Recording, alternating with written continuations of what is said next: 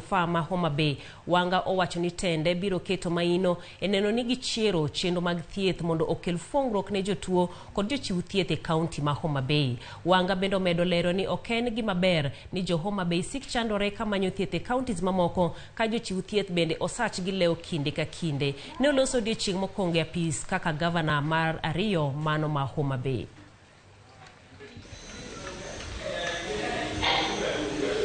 More fast and no need this.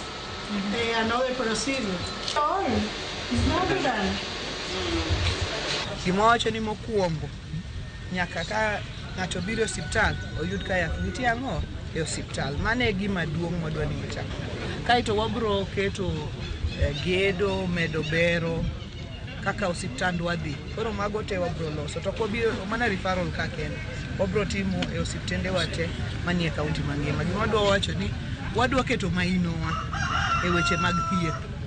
Wadwa keto mainowa e weche mag thieth nikech oganda ma onge gi thieth en oganda ma koro okinyal konyo. Ok wadwar kaka nawacho ni mondo jowa wuog Homa Bay ni dhi thieth gi Kisii.